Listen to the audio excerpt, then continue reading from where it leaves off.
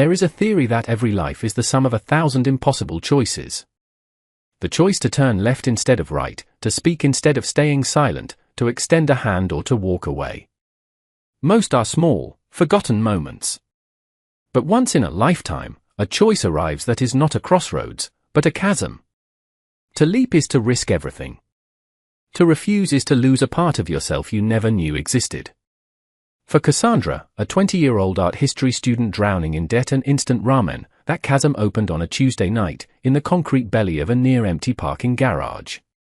It smelled of cold exhaust and damp cement, a lonely purgatory beneath the city's glittering indifference.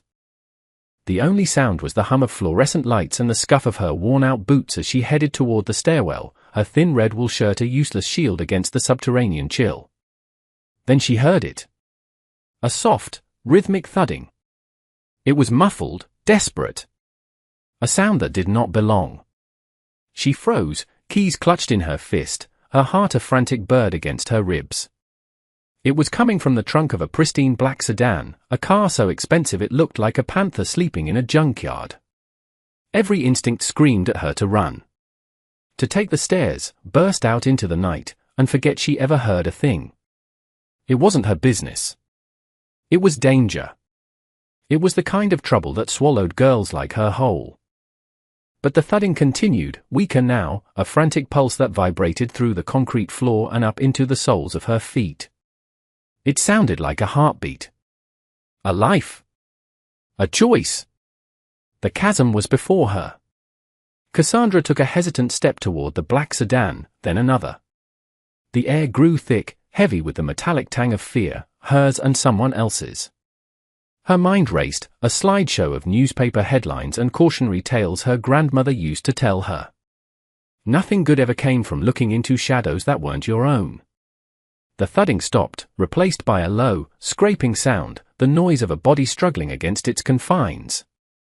It was undeniably human. She crept closer, peering through the tinted windows. The car was empty, the leather seats gleaming under the sickly yellow light. But the sound was real.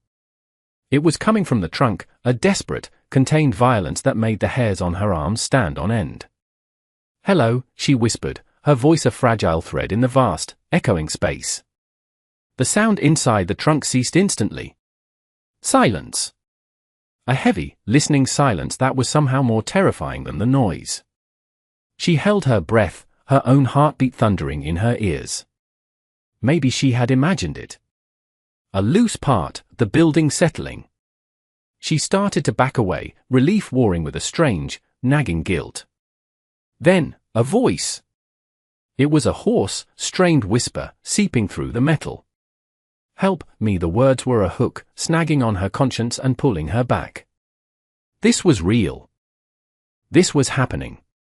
She circled the car, her gaze falling on the trunk lid. There was a small crowbar lying near a puddle of iridescent oil, probably left by a careless mechanic. It felt like fate. It felt like a trap. She looked around the garage. Empty. Rows of silent, vacant cars stood as witnesses.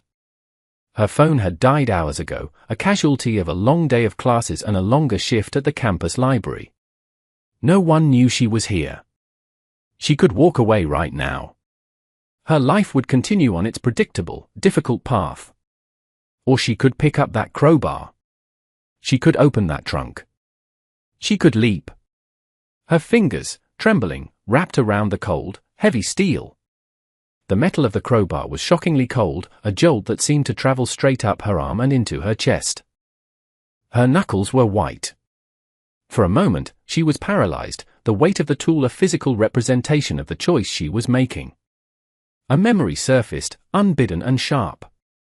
10 years ago. She was a little girl, lost in a crowded street fair, tears streaming down her face. A woman, a total stranger, had stopped. The woman had knelt down, her face kind, and stayed with her, buying her a lemon ice and telling her stories until her frantic mother finally found them. That woman hadn't walked away. She had seen a child in distress and chosen to help. 10 years. 10 years, and the memory of that simple kindness was still a warm, steady light inside her? Cass's resolve hardened. She wedged the tip of the crowbar into the seam of the trunk, gritting her teeth. It was harder than it looked on television. The metal groaned in protest. She put her entire weight into it, her muscles screaming. Sweat beaded on her forehead, mingling with the grime of the city. With a final, agonized shriek of tearing metal, the lock gave way. The trunk lid sprang open a few inches. A wave of stale, suffocating air washed over her, thick with the scent of blood and fear. She hesitated for only a second before lifting the heavy lid all the way. Inside, a man was curled into the impossibly small space. He was bound with thick zip ties at his wrists and ankles, a strip of black tape plastered brutally across his mouth. His suit, exquisitely tailored and undoubtedly expensive, was torn and stained with dark patches. But it was his eyes that captured her. They were dark, fiercely intelligent, and blazing with a desperate, cornered fire. They weren't the eyes of a victim, they were the eyes of a king who had been temporarily deposed. He was Korean, with sharp, aristocratic features now marred by a deep gash on his temple and a split lip. He stared at her, his chest heaving, and in that gaze, she saw a universe of pain, fury, and a flicker of disbelief. He was watching her, waiting to see what she would do next. The chasm was open, and she had already jumped. She fumbled in her oversized backpack, her fingers closing around the small box cutter she used for her art projects. The blade was tiny, almost laughable against the thick plastic of his restraints, but it was all she had. His eyes tracked the movement, a new kind of intensity in them now. Not just desperation, but calculation. He was assessing her, this girl in a worn red shirt with a flimsy blade, his unlikely savior. "Hold still," she murmured, her voice steadier than she felt. She leaned into the trunk, the metallic smell of his blood making her stomach clench. She started with the tape over his mouth, her fingers brushing against the rough stubble on his jaw. He flinched at the contact but didn't pull away. She peeled the tape off as gently as she could, revealing a grim, blooded line of a mouth. He sucked in a ragged breath, the first clean air he'd likely had in hours. His voice, when it came, was a low, gravelly rasp. "They will be back." It wasn't a plea or a thank you. It was a warning. A fact. It sent a chill down her spine that had nothing to do with the cold. She ignored it, focusing on the zip ties around his wrists. The plastic was thick, and the small blade struggled to gain purchase. She had to saw at it, her knuckles brushing against his skin. He was unnaturally still, letting her work, his gaze fixed on her face as if memorizing every detail. "Why?" he rasped, the single word hanging in the air between them. Why was she helping him? Why wasn't she running? Cassie didn't look up from her task. "Because you asked," she said simply, the truth of it settling in her own heart. It was that simple. He had asked. Someone was in trouble, and they had asked for help. The first zip tie snapped, and his right hand was free. He didn't move it, didn't try to rush her. He just watched, his breathing evening out, the wild panic in his eyes being replaced by a cold, dangerous calm. The calm of a predator uncaged. The weight of what she had done, of who she might be freeing, began to press down on her, but it was too late to turn back now. With his hands free, he took the box cutter from her. His movements were precise, economical, even with the stiffness from being bound. He sliced through the ties on his ankles with an efficiency that was chilling. He was free.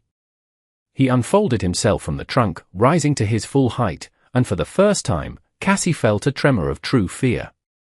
He was tall, broad-shouldered, and radiated an aura of power that the blood and grime couldn't conceal. He moved like a panther, a contained, lethal grace in every line of his body. He flexed his fingers, his dark eye scanning the empty garage, assessing every shadow, every echo. He was no ordinary man. He turned back to her, his gaze pinning her in place.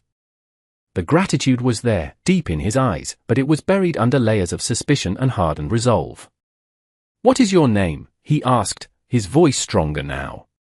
"Cassandra," she said, her own voice barely a whisper. "Cassandra," he repeated, tasting the name. "My name is Jin Woo Kwon." He said it not as an introduction, but as a statement of fact, as if she should already know it. A name that carried weight. "You have just stepped into my war, Cassandra. Do you understand what that means?" She shook her head, clutching the strap of her backpack. "I understand that a man was going to die in a trunk if I didn't do something." His hard expression softened for a fraction of a second. A flicker of something that looked like awe. "You have a brave heart." A foolish one, but brave. He took a step closer, and she had to fight the urge to step back. He reached out, not to harm her, but to gently brush a stray strand of hair from her face. His fingers were cold. "The men who did this to me are led by Daehyun Park. He will not be pleased that I am free. And he will not be pleased with the person who freed me. From this moment on, you are a target." The words hung in the air, a death sentence she had unknowingly signed. The reality crashed into her. This wasn't just helping someone. This was choosing a side. And she had just chosen the side of a man named Jin Woo-kwon against an enemy she couldn't even imagine. He saw the fear finally dawn on her face. "I will not let him harm you," he vowed, his voice a low, fierce promise. "You saved my life. I will protect yours." It was an oath sworn in the cold, concrete heart of the city, a bond forged in blood and desperation. And as the distant sound of an approaching engine echoed through the garage, she knew her old life, the one of ramen and art history and overdue bills, was already over. This man promised protection, but what would be the cost? If you believe that one act of kindness is worth the risk, no matter how great, then stay with us. Because Cassandra's journey is just beginning, and the war she just entered is far from over. They had to move. Now. The sound of the approaching car grew louder, its engine a hungry growl echoing off the concrete walls. Jin-woo grabbed her arm, his grip firm but not painful, pulling her behind a thick support pillar. "Stay here. Do not make a sound," he commanded, his voice leaving no room for argument. He peered around the edge of the pillar, his body tense, coiled like a spring. The car, another black sedan identical to the one he'd been trapped in, swept into the garage and screeched to a halt a few rows away.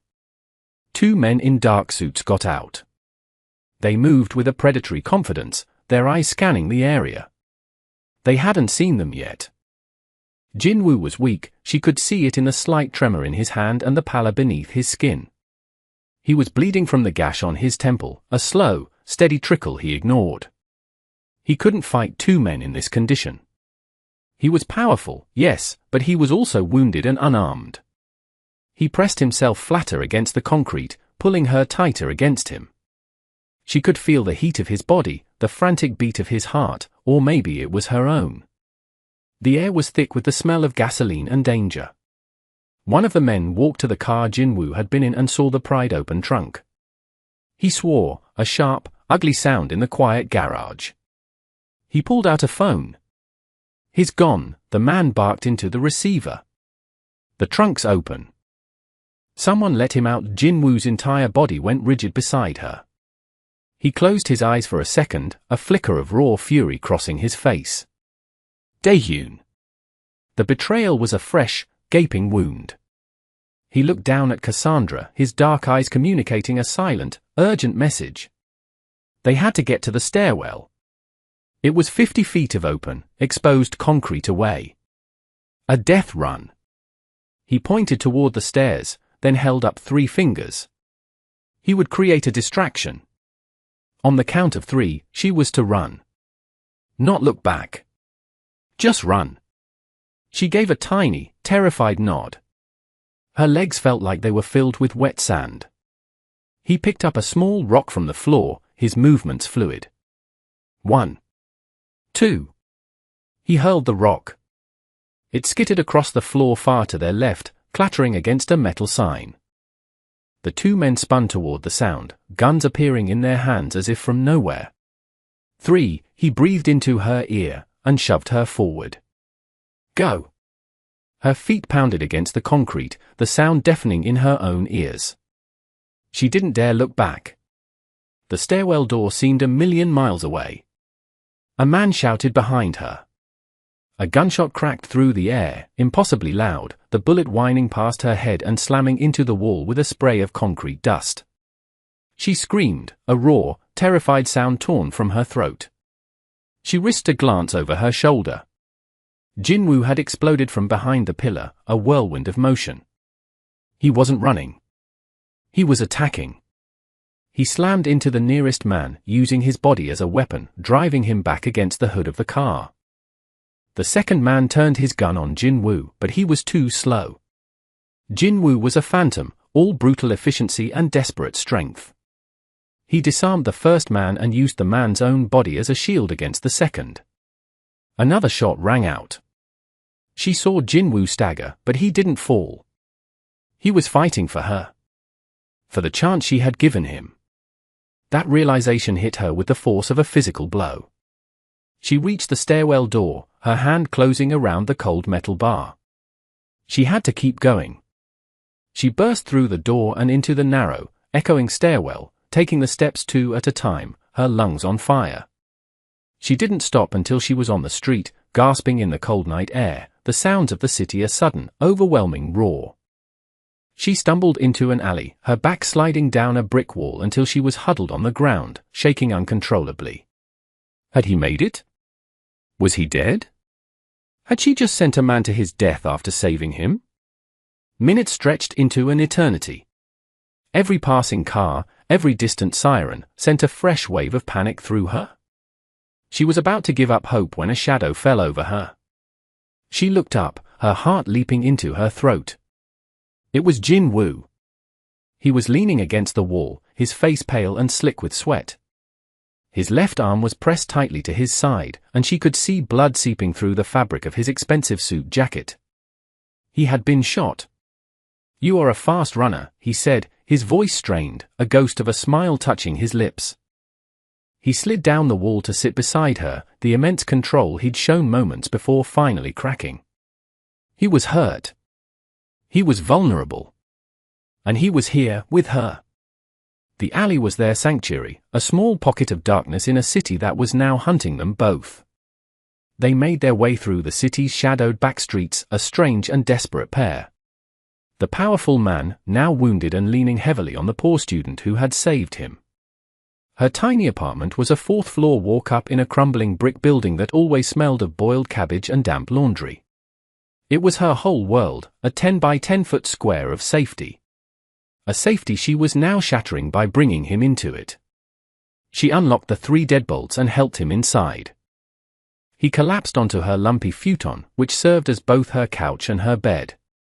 He looked around the small space, taking in the stacks of books, the half-finished canvases leaning against the wall, the single window that looked out onto a brick wall.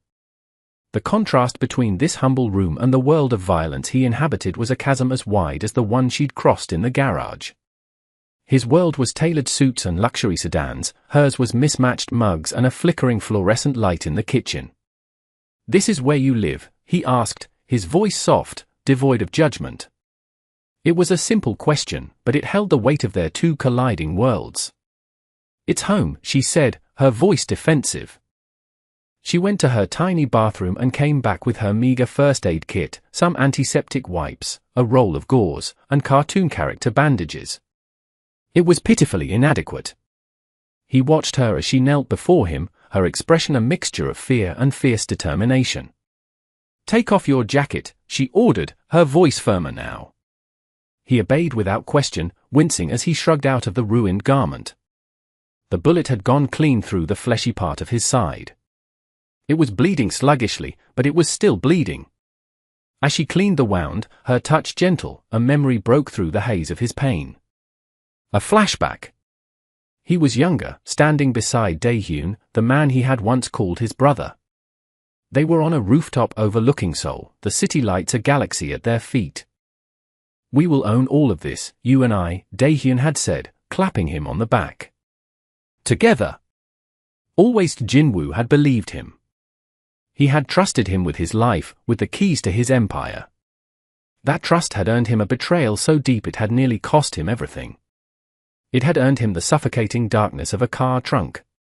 Daehyun hadn't just wanted his territory, he wanted him erased. And he had almost succeeded. The sharp sting of the antiseptic brought him back to the present. Back to Cassandra's small, cluttered apartment. Back to her, her brow furrowed in concentration as she carefully bandaged his wound. She wasn't part of his world. She knew nothing of oaths and betrayals, of power and blood. She was just a girl who had shown him a kindness he thought no longer existed. A kindness that had saved his life. And for that, Daehyun would see her dead. The thought ignited a cold fire in his gut. He would not let that happen. The silence in the small apartment was thick with unspoken things. The air hummed with the tension of their situation, with the reality of the violence that had chased them here. Jin-woo sat on the edge of the futon, his wound crudely bandaged, his posture rigid with pain and fury. He stared at his hands that had built an empire and had nearly been bound until they were useless. He finally looked at her, his eyes dark and haunted. "You should have left me, Cassandra," he said, his voice flat, devoid of emotion. "You should have run. Now he knows you exist. He will find this place. He will tear it apart to find me, and he will destroy you for being with me." It was a dismissal. A final, desperate attempt to push her away, to sever the bond she had forged when she opened that trunk. He was trying to protect her by cutting her out, by sending her back to a life that no longer existed for her. But Cassandra wasn't the same girl who had walked into that parking garage a few hours ago. She had faced down her fear, run from bullets, and patched up a man who was both a victim and a terrifying force of nature. She would not be dismissed. She crossed her arms, her chin held high, the red wool of her shirt a defiant splash of color in the dim room. "And where was I supposed to go?" she shot back, her voice trembling but strong. "Back to my life? What life? The one where I pretend I didn't see a man beaten and left to die? The one where I let your enemy win?" No, she took a step closer, her gaze unwavering. "I made a choice down there. I'm not going to make it now. I saw a person who needed help. That's all that mattered then, and it's all that matters now." Her simple, unyielding morality was a thing he hadn't encountered in years. In his world, every action had an angle, every kindness a price. Her sincerity was a blow, more stunning than any physical hit he had taken tonight. It cut through the layers of cynicism and violence he wore like armor. He had expected her to be scared, to be regretful. He had not expected her to be so fiercely resolute. He felt something shift inside him, a profound and unfamiliar feeling of protectiveness that went beyond a simple debt. It wasn't just about repaying her for his life anymore.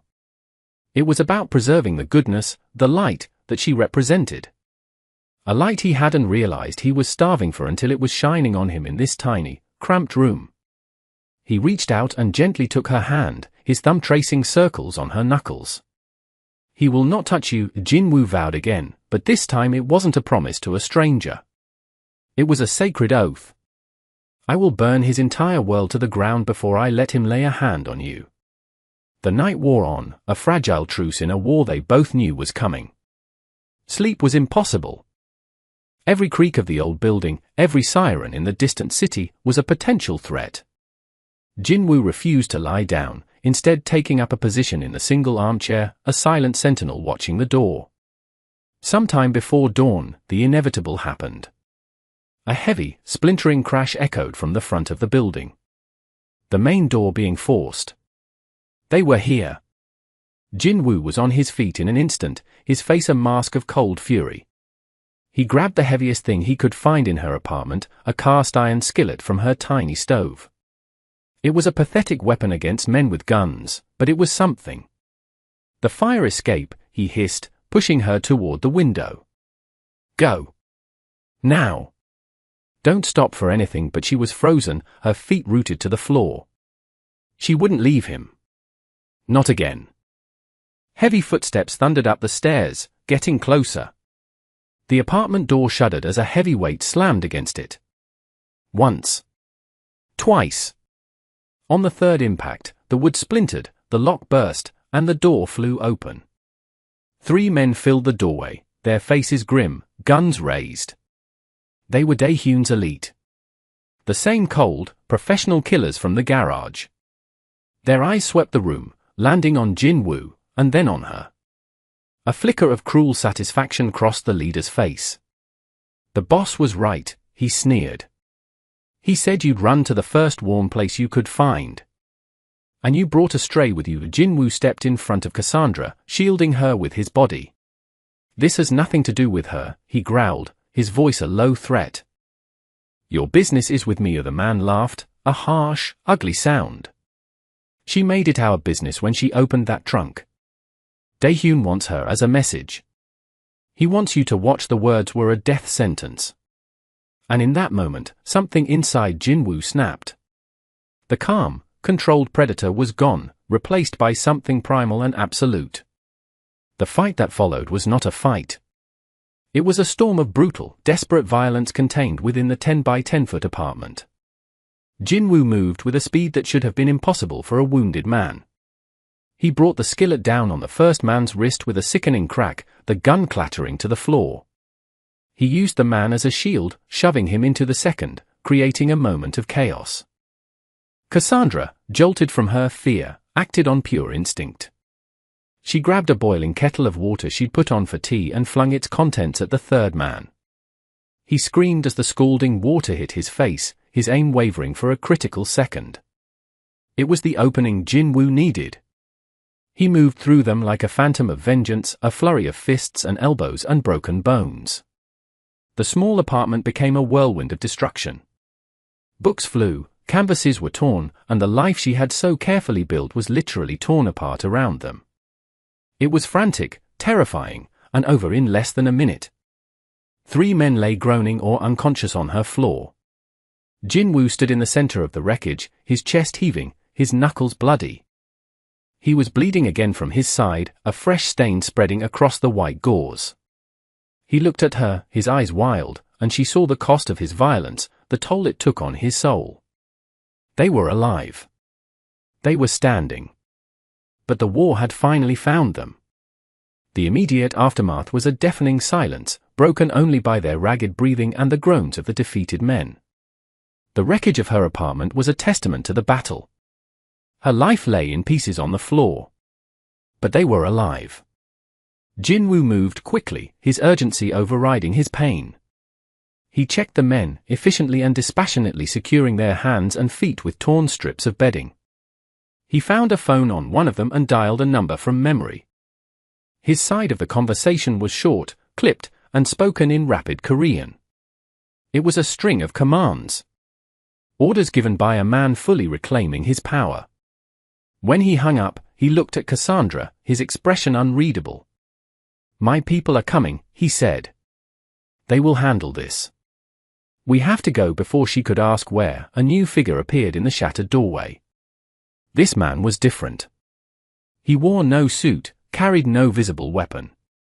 He was slender, almost unassuming, but he walked into the room with an air of absolute authority that made the hairs on Cassandra's neck stand up. It was Daehyun Park. He looked at the scene, his defeated men, the wrecked apartment, and then his eye settled on Jinwoo. A slow, poisonous smile spread across his face. Brother, Daehyun said, the word a vile mockery. Always so dramatic. I see you found a new pet. Jinwoo straightened, his pain masked by a wall of pure ice. You are finished, Daehyun. This was your last mistake. Daehyun laughed. Was it? I have your empire. Your money. Your name. All I needed was your body, but you proved surprisingly resilient. No matter. I'll simply finish the job myself. And I'll start with her. He took a step toward Cassandra. Jinwoo moved to intercept, but a wave of dizziness from his wound made him stagger. For a terrifying second, it looked like Daehyun would win. That all of it, the fight, the escape, had been for nothing. It's over, Jinwoo said, his voice quiet but carrying the weight of finality. He held up the phone he'd used. That was a call to the elders. I sent them the security footage from the garage. The footage of my own men, your men, beating me and putting me in that trunk. The footage of your betrayal. The Daehyun's smile faltered. You're bluffing, am I? Jinwoo countered. There is only one rule they will not forgive. Treachery against the family. By the time the sun rises, every asset you think you control will be frozen. Every man still loyal to you will have abandoned you. You don't have my empire, Daehyun. You just borrowed it. And your time is up. The color drained from Daehyun's face. He had been so focused on the physical elimination of his rival that he had forgotten the intricate politics of their world. He had been outmaneuvered. Sirens wailed in the distance, growing closer. Jinwoo's people. And perhaps the police. Daehyun was trapped. His reign was over. He looked from Jinwoo's triumphant, blooded face to Cassandra's defiant one, his expression curdling into one of pure, undiluted hatred. He had lost. With a final, venomous glare, he turned and fled, a coward disappearing back into the dawn he no longer controlled. In the ruined apartment, surrounded by chaos, Jinwoo and Cassandra were finally, truly safe. He stumbled, and she rushed to catch him, his weight leaning against her as the strength born of adrenaline finally deserted him. He was safe. He was free. And he owed it all to her. 1 year later. The sunlight streamed through the floor-to-ceiling windows of a spacious, minimalist penthouse apartment, illuminating the soft colors of a large canvas. The painting was a chaotic, beautiful explosion of red and black and yellow, a visceral depiction of fear and fury, of a desperate fight in a small, enclosed space. Cassandra stood before it, a paintbrush in her hand, dabbing a final touch of white that looked like a flicker of hope. She was no longer wearing a threadbare wool shirt, but a simple, comfortable linen dress. Her face, once etched with the constant worry of a struggling student, was now calm and focused. The past year had been a lifetime. Jinwoo had kept his promise. He had not just protected her, he had given her a new life. He had paid her tuition, moved her into this safe, beautiful apartment that doubled as her studio, and given her the one thing she had never had, the freedom to create without fear of rent or bills. He had dismantled Daehyun's treachery piece by piece, rebuilding his organization on a foundation of loyalty he had been forced to re-examine.